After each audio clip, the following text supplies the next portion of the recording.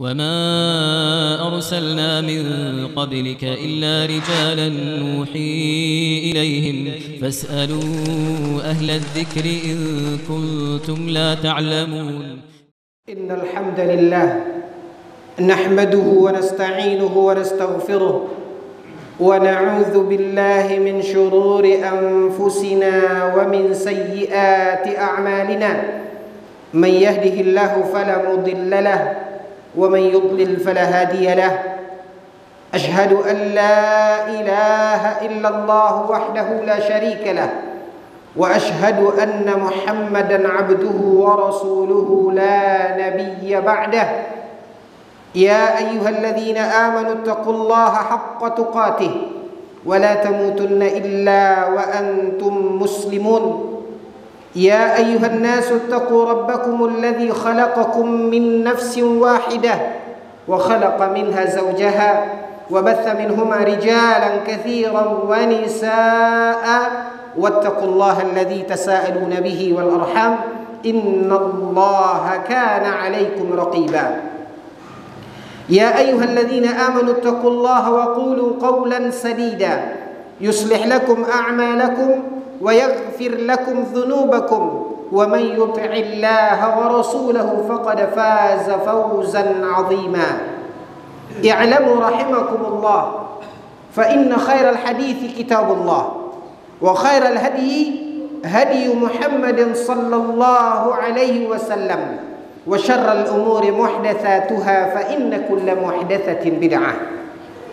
إخوة الإيمان, gerbang utama ketika seseorang masuk ke dalam agama yang Allah Subhanahu wa taala ridhoi ini, agama yang telah Allah Subhanahu wa taala pilihkan ini, yaitu agama Islam, adalah syahadah asyhadu an la ilaha illallah wa asyhadu anna Muhammadar Rasulullah. Dua kalimat syahadat ini adalah gerbang utama bagi seseorang berada di dalam agama yang mulia ini. Dijadikan oleh Allah Subhanahu wa taala sebagaimana dijelaskan oleh nabinya yang mulia Nabi Muhammad sallallahu alaihi wasallam di dalam sebuah hadis yang sahih, di dalam hadis yang dikeluarkan oleh Imam Al-Bukhari dari riwayat Amirul Mukminin Umar bin Al-Khattab radhiyallahu anhu. Di dalam Sahih Al-Bukhari, Nabi sallallahu alaihi wasallam menjelaskan ketika ditanya oleh Jibril terkait rukun dari agama yang mulia ini, maka Rasulullah sallallahu alaihi wasallam mengatakan syahadatu an la ilaha illallah wa anna Muhammadar Rasulullah. Ikrar seorang manusia bahwasanya tidak ada yang berhak disembah dan diibadati selain daripada Allah Azza wa Jalla, dan ikrar dia bahwasanya keyakinan yang penuh akan kerasulan Nabi Muhammad sallallahu alaihi wasallam. Dua syahadat ini, ikhwatal iman, adalah dua hal yang tidak bisa dipisahkan. Tidak akan bisa seseorang mewujudkan apa yang telah dia ikrarkan di dalam kewajiban hanya beribadah kepada Allah tabaraka wa taala, kecuali dengan menjadikan Rasulullah sallallahu alaihi wasallam sebagai uswah dan qudwah, sebagai panutannya di dalam bagaimana dia beribadah kepada Allah yang telah menciptakannya. Makanya ikhwatal iman azani Allah wa iyyakum, di dalam Al-Qur'anul Karim Allah tabaraka wa taala berfirman, qul in kuntum tuhibbunallaha fattabi'uni. Allah Subhanahu wa taala mengatakan, katakan kepada mereka wahai Muhammad, in kuntum tuhibbunallah, jika seandainya kalian benar-benar mencintai Allah, menjadikan Allah sebagai ilah, menjadikan Allah sebagai satu-satunya ma'bud yang diibadati, fattabi'uni, maka kuncinya adalah dengan ittiba', dengan mengikuti Nabi sallallahu alaihi wasallam. Ikhwatal iman, para ulama ketika membahas terkait dengan syahadat atau ikrar, di mana kita meyakini kerasulan Nabi Muhammad sallallahu alaihi wasallam, menjadi sebuah konsekuensi dalam ikrar tersebut, yaitu dikatakan dan diuraikan oleh para ulama di dalam kitab-kitab akidah.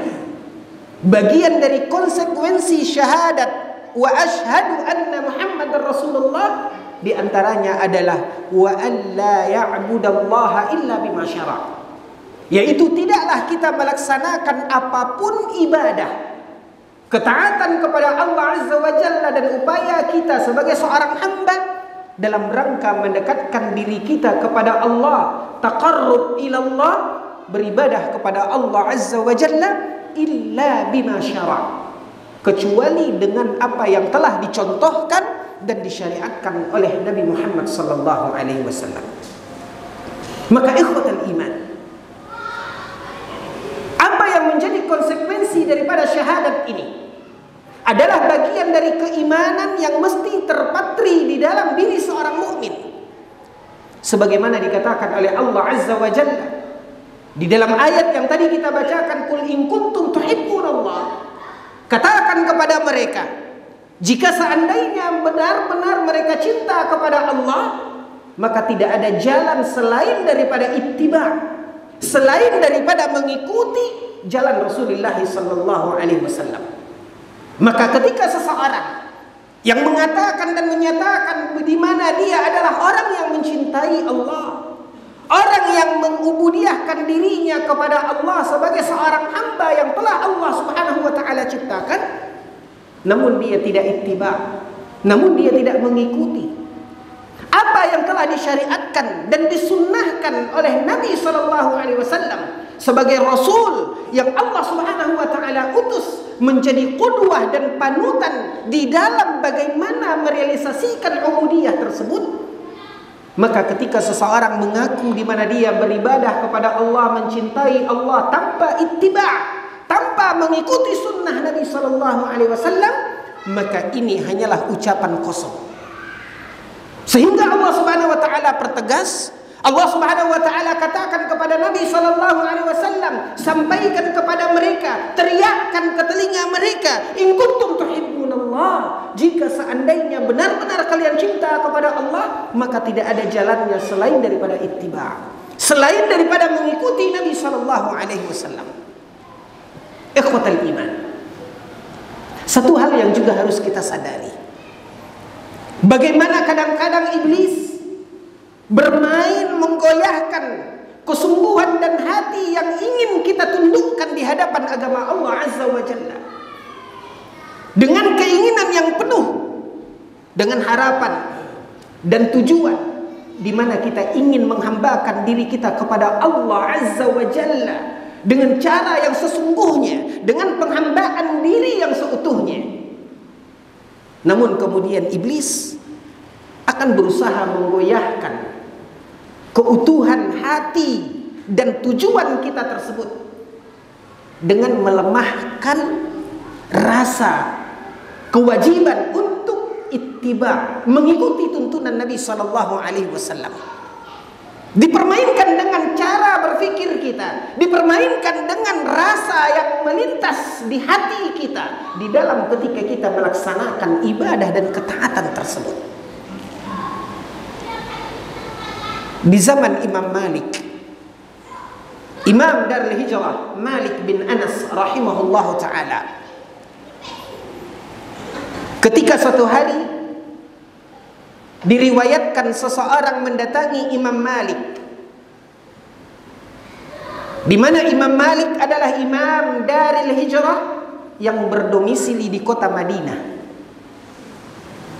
Suatu hari seorang lelaki datang menghampiri Imam Malik dan bertanya, wahai Imam Malik, jika seandainya aku ingin melaksanakan ihram, apakah itu ihram untuk pelaksanaan ibadah umrah ataupun ibadah haji? Famin aina uhrim? Wahai Imam, dari mana aku memulai ihramku? Semua kita mempelajari dan membaca serta memahami di mana Rasulullah sallallahu alaihi wasallam telah menetapkan di dalam sunnahnya terkait tempat di mana orang memulai ihramnya, terutama orang-orang yang tinggal di kota Madinah atau orang-orang yang mampir ke Madinah sebelum pelaksanaan ihram, baik itu ihram haji ataupun ihram umrahnya. Maka tempat itu yang dinamakan dengan miqat ahli Madinah adalah satu lembah yang dikenal dan disebut dengan sebutan Dzulhulaifah, atau disebut di dalam bahasa masyarakat kita pada umumnya dikatakan dengan Bir Ali. Dan disitulah Nabi SAW memulai ihramnya ketika Nabi melaksanakan ibadah umrah. Begitu juga ketika Nabi akan melaksanakan ibadah haji wada' beliau sallallahu alaihi wasallam. Maka ketika orang itu bertanya kepada Imam Malik, Imam Malik pun mengatakan, ibda' min makanin yahrumu minhu Nabi sallallahu alaihi wasallam. Imam Malik mengatakan dan menjawab apa yang ditanyakan oleh seorang lelaki yang datang kepada Imam Malik, yang bertanya kepadanya tentang di mana dia memulai ihramnya. Maka Imam Malik mengatakan, berihramlah engkau di tempat di mana Nabi SAW memulai ihram beliau, yaitu Dzulhulaifah atau Bir Ali. Bagi penduduk Madinah atau bagi orang yang singgah dan keluar dari Madinah menuju ke Mekah. Ikhwatal iman, apakah ketika mendengarkan jawaban tersebut, lelaki yang bertanya kepada Imam Malik ini, yang seyogianya sebagai seorang mukmin, tanpa dia mesti bernegosiasi atau memberikan alasan dan apapun itu, ketika hal itu adalah hal yang telah dicontohkan oleh Nabi Sallallahu Alaihi Wasallam, dan petunjuk Nabi Sallallahu Alaihi Wasallam adalah khairul hadi, adalah sebaik-baik petunjuk, maka seyogianya seorang mukmin akan mengatakan sami'na wa ata'na. Tetapi lelaki itu mengatakan, wahai imam, kenapa mesti di Dzulhulaifah? Kenapa mesti di Bir Ali? Sa'uhrim min masjidin Nabi sallallahu alaihi wasallam. Wahai imam, kenapa mesti di Bir Ali? Kenapa mesti di miqat? Aku akan ihram dari tempat yang lebih mulia, dari tempat yang paling mulia, yaitu dari masjid Nabi sallallahu alaihi wasallam. Ikhwatul iman, ketika kita berbicara tentang ibadah, ketika kita melihat apa yang dinamakan dengan ketaatan dan ubudiyah kepada Allah Azza wa Jalla, maka redam apapun pandangan ketika kita melihat apa yang terlintas di benak kita, di perasaan kita, itu mengalahkan kebaikan yang ada di dalam petunjuk Nabi Sallallahu Alaihi Wasallam. Maka sikap yang dikatakan oleh lelaki tersebut di hadapan Imam Malik dibantah oleh Imam Malik. Sebagaimana ikhwatal iman, hal yang hampir serupa pernah terjadi di dalam kehidupan seorang imam, Sa'id ibn al-Musayyib. Ketika seseorang di suatu waktu menjelang salat subuh, sebagaimana diajarkan oleh Nabi Sallallahu Alaihi Wasallam, ada salat 2 rakaat yang memiliki kemuliaan dan keutamaan besar. Dikatakan oleh Nabi Sallallahu Alaihi Wasallam, raka'atil fajri khairum minad dunya wa ma fiha. 2 rakaat salat sunnat sebelum salat subuh, maka ini kebaikannya lebih baik dari dunia dan segala isinya. Dan di dalam sunnah Nabi Sallallahu Alaihi Wasallam, Nabi tidak pernah meninggalkan salat subuh, salat sunnat subuh 2 rakaat, la safaran wala hadar. Kendati pun beliau sedang safar, Nabi tetap melaksanakan 2 rakaat qabliyah subuh ini. Suatu hari seseorang kemuliaan dan keutamaan salat sunat sebelum subuh.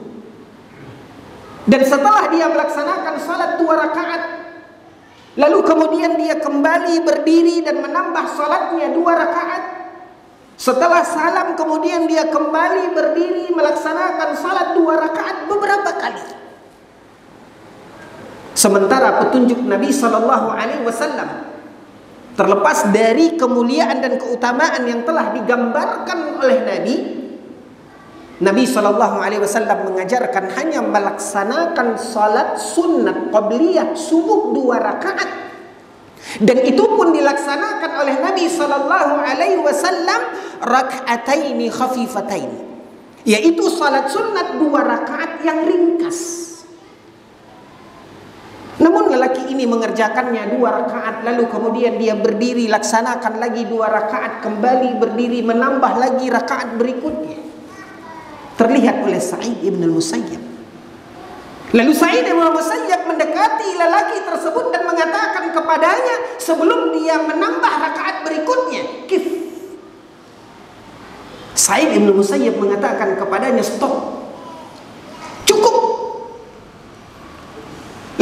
Itu memandang kepada Sa'id ibn Musayyab yang melarangnya untuk melaksanakan salat, lalu kemudian dia mengingkarinya dan mengatakan kepada Sa'id ibn Musayyab, apakah Allah akan mengazabku disebabkan salat ini sehingga engkau suruh aku berhenti?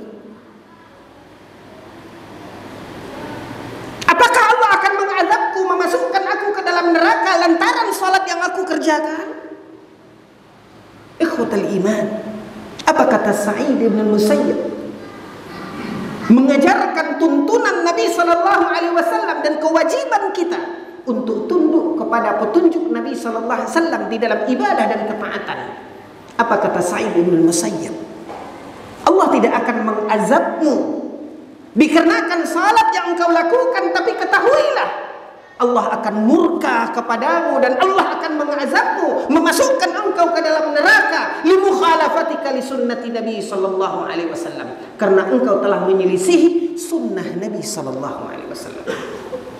Maka ikhwatal iman, campakkan segala apa yang terlintas di kepala kita, di perasaan kita, yang kita pandang itu adalah sebuah kebaikan, yang kita pandang itu adalah sebuah hal yang lebih sempurna dari petunjuk Nabi sallallahu alaihi wasallam. Karena kewajiban kita hanyalah ittiba. Kewajiban kita hanyalah mengikuti apa yang telah diajarkan dan dicontohkan oleh Nabi sallallahu alaihi wasallam yang Allah telah pilihkan sebagai qudwah dan uswah bagi kita. Aqulu qouli hadza wa astaghfirullah li wa lakum wa lisairil muslimina min kulli dhanb fastaghfiruhu innahu huwal ghafurur rahim. Alhamdulillah ala ihsanih wa syukru lahu ala taufiqihi wa imtinanih. Ashhadu an la ilaha illallah ta'ziman li sya'nih wa ashhadu anna Muhammadan 'abduhu wa rasuluhu ad-da'i ila ridwanih. Salawatu rabbi wa salamuhu alaihi wa ala alihi wa ashabihi wa man tabi'ahum bi ihsanin ila yaumiddin. Amma ba'd. Qala Allah tabaraka wa ta'ala fil Qur'anil Karim, ya ayyuhalladzina amanu ittaqullaha haqqa tuqatih wa la tamutunna illa wa antum muslimun. Wa qala nabiyyuna al-Mustafa sallallahu alaihi wasallam, ittaqillah haitsuma kunt wa atbi'is sayyi'atal hasanata tamhuha wa khaliqin nas bi khuluqin hasan. Ikhwatal iman, satu contoh sebagai perbandingan di dalam diri kita ketika bagaimana iblis mempermainkan pikiran, perasaan di dalam ibadah dan ketaatan yang kita lakukan, dengan kesadaran penuh akan kewajiban kita sebagai seorang hamba untuk beribadah kepada Allah Subhanahu wa taala, menunaikan bagian terpenting di dalam rukun agama kita. Satu amalan yang pertama akan dihisab oleh Allah Azza wa Jalla kelak di yaumil mahsyar, yaitu ibadah salat. Lihatlah bagaimana iblis kadangkala mempermainkan akal dan rasa yang ada di dalam diri kita ketika kita salat. Sadar atau tidak, menjerumuskan kita tergelincir dari jalan nubuwah, dari jalan kenabian, dari jalan sunnah yang telah ditinggalkan dan diajarkan oleh Nabi SAW. Semua kita menyadari ikhwatal iman, di mana Rasulullah SAW mengajarkan kepada kita di dalam sunnahnya apa yang mesti kita lakukan di dalam salat kita. Ketika kita melaksanakan salat, maka pandangan kita di dalam salat itu tertuju ke tempat sujud kita. Begitu yang diajarkan oleh Nabi SAW. Namun iblis mempermainkan perasaan kita, mempermainkan akal kita, dan itu semua kita merasakan saat ketika kita salat. Ketika kita pejamkan mata kita, kita akan merasakan kekhusyukan yang lebih. Ketika kita merasakan bahwasanya lebih baik kita memejamkan mata kita, sehingga kita abaikan sunnah Nabi SAW untuk memandang ke tempat sujud. Ini contoh real yang ada di dalam keseharian kita, ikhwatal iman.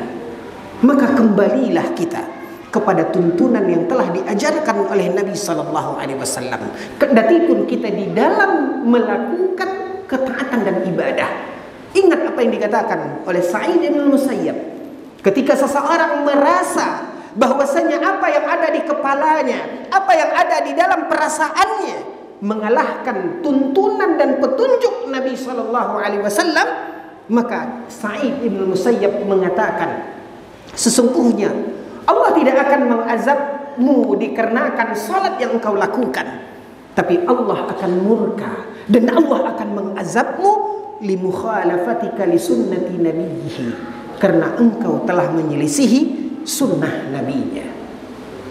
Inna Allah wa malaikatahu yusalluna ala nabi ya ayyuhalladzina amanu sallu alaihi wa sallimu taslima. Allahumma salli ala Muhammad wa ala ali Muhammad kama sallaita ala Ibrahim wa ala ali Ibrahim innaka Hamidum Majid. Allahumma barik ala Muhammad wa ala ali Muhammad kama barakta ala Ibrahim wa ala ali Ibrahim innaka Hamidum Majid. Allahumma ighfir lil muslimina wal muslimat wal mu'minina wal mu'minat al ahya'i minhum wal amwat innaka sami'un qaribun mujibud da'wat ya qadiyal hajat. Rabbana zalamna anfusana wa in lam taghfir lana wa tarhamna lanakunanna minal khasirin. Allahumma ighfir lana dhunubana wa liwalidina warhamhum kama rabbawna shighara. Rabbana arinal haqqa haqqan warzuqna ittiba'ah wa arinal batila batilan warzuqna ijtinabah. Allahumma aminna fi awtanina wa aslih a'immatana wa ulata umurina wa albishum libas as-sihhati wal 'afiyati ya Allah ya rabbal alamin. Rabbana hab lana min azwajina wa dhurriyyatina qurrata a'yun waj'alna lil muttaqina imama. Rabbana atina fid dunya hasanah wa fil akhirati hasanah wa qina adzaban nar. Walhamdulillahi rabbil alamin. Ibadallah, innallaha ya'muru bil 'adli wal ihsan wa ita'i dzil qurba wa yanha 'anil fahsya'i wal munkari wal baghi ya'idzukum la'allakum tadhakkarun wa la dzikrullahi akbar.